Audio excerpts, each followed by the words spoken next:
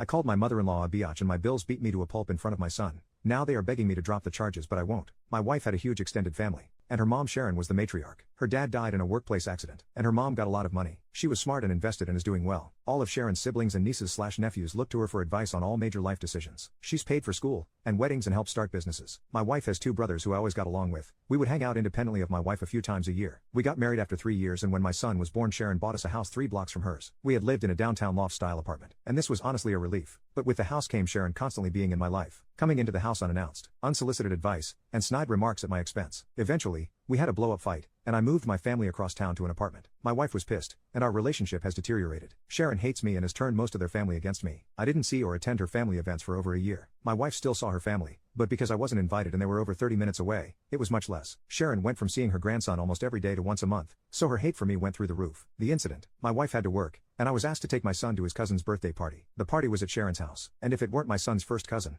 I would have said no. It was tense the moment I walked into the house. The father of the birthday boy greeted me, but no one else spoke to me. I didn't mind and sat in the corner on my phone. This pissed off Sharon because I was being rude. An argument ensues, and I announced that I'm leaving with my son. Sharon said, "You can go but my grandbaby is staying." At this point, I lost my cool and started cursing her out. I woke up on the front lawn. Apparently, my 2 brothers-in-laws beat the poop out of me in front of my kid. 2 of her cousins were helping me up and told me just to leave. I immediately called the police and said I was assaulted and my child was kidnapped. Police came, and both brothers were arrested. Sharon lost her poop on the police, and my wife drove up as her mother was being arrested for refusing to release my son. Her mom was eventually released, but her brothers were arraigned on assault charges. The father of the birthday had an assault charge from college, so he is facing some serious consequences. My wife is mad at everyone but asked me to drop charges. I not only refused but got retraining orders for all 3 of them. Her mother isn't allowed to be near our kid, and her brothers have court dates early next year. Last month she moved out of the house, and we are now headed for divorce. Yesterday she came with one last offer, for us to move cities and start over, but only if I drop the charges on her brothers and remove the restraining order on her mom. I told her I would think about it, but I think I would rather get divorced. I want to keep my family, but I don't believe she'll ever abandon her family for me. If I drop the charges now, I doubt I can return them later. Am I the a-hole here for not trying to save my family? I don't think anyone is evil in this situation. Everyone loves Sharon and her advice except me. She's not mean,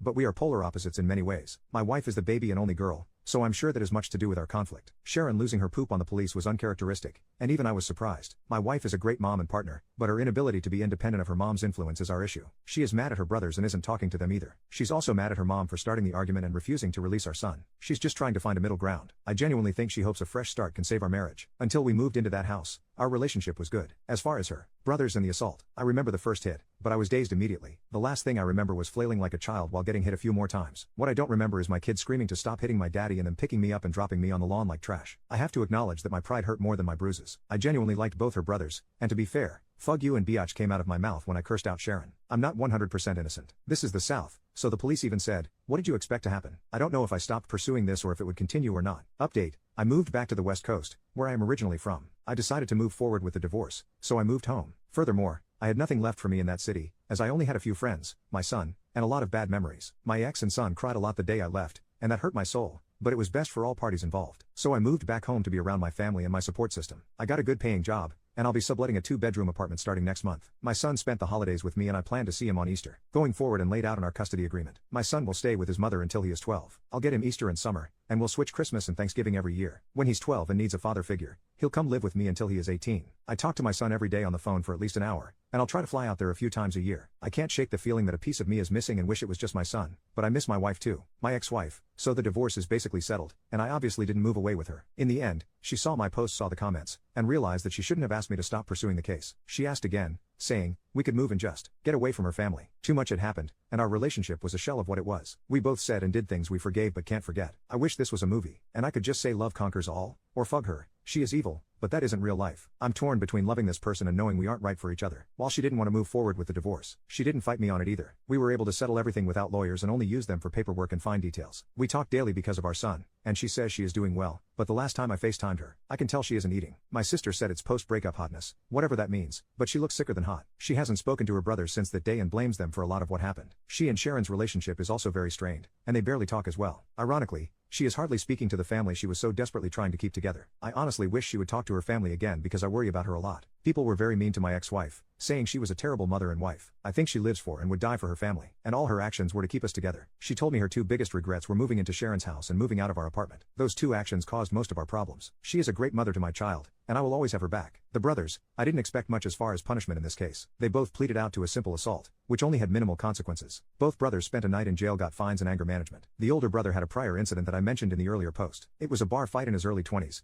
and he hit a guy with a bottle and got an assault charge. Since that case was over 15 years ago, and he's married, a pillar of the community, etc., he was given probation for a year, which was the end. Both brothers have life partners, and the oldest one is married. I've known his wife for many years, and we've always been friendly. Because of the restraining order, both spouses reached out on behalf of the brothers to speak to me. I barely knew the younger brother's girlfriend, but since I knew the wife, I talked to her. She said both brothers regretted their decision, and she asked me to lift the restraining order and not to pursue charges. We had a brief conversation, but I simply told her I don't forgive her husband and brother-in-law, and I'm moving forward with both. As we ended the conversation, I told her not to call me again, and I haven't heard from either brother since. I don't know anything beyond what the ex tells me, and she isn't speaking to them. Sharon, so I did have it out with Sharon, and it went about as well as you can imagine. Here is a little backstory to our relationship. Let's start by saying my ex and her family are devout Christians who go to church weekly. I'm a lapsed Catholic who goes to church 3x a year. I live a very moral and ethical life, but my belief system isn't centered on the church. Furthermore, I consider myself a moderate liberal, and their family is moderately conservative. Ideologically, we were far apart but agreed on the important things in life. The real problems began when my son was going to be baptized. My mom wanted to get our son baptized Catholic and Sharon wanted him baptized Protestant. Lots of snide remarks about Catholics were said, but I let it go at the time. The ex and I decided to wait and let our son decide, which Sharon hated. When my ex started going back to church, and I wasn't in attendance, that further widened the divide. Her family would go by Sharon or someone else's house after church for lunch/dinner, and I either showed up later or not at all. Every time Sharon didn't agree with the decision we made as a couple concerning our lives, especially my son's life, she would start leaning on my wife and pressuring her behind the scenes. We would literally make a decision, and she would go to her mom's house and then come back with a different opinion. The most frustrating part was that she stopped trying to talk to me at all. She would literally just call me wife and get her to change her decision. The big fight that led to us moving out was that my son wanted to play soccer and not football, but my wife's family is a huge football family. We agreed for him not to play football because he didn't want to play in our concerns about CTE. My wife comes home one day and does a 180, saying that she signed him up for football. We start arguing, and Sharon comes into the house unannounced and joins the conversation, saying, "We decided it would be good for him." I got pissed and told them Sharon is not my son's parent and my ex shouldn't be so weak when her mom is pressuring her to do something we decided not to do. Then she said the words that sealed the deal: "My opinion should matter."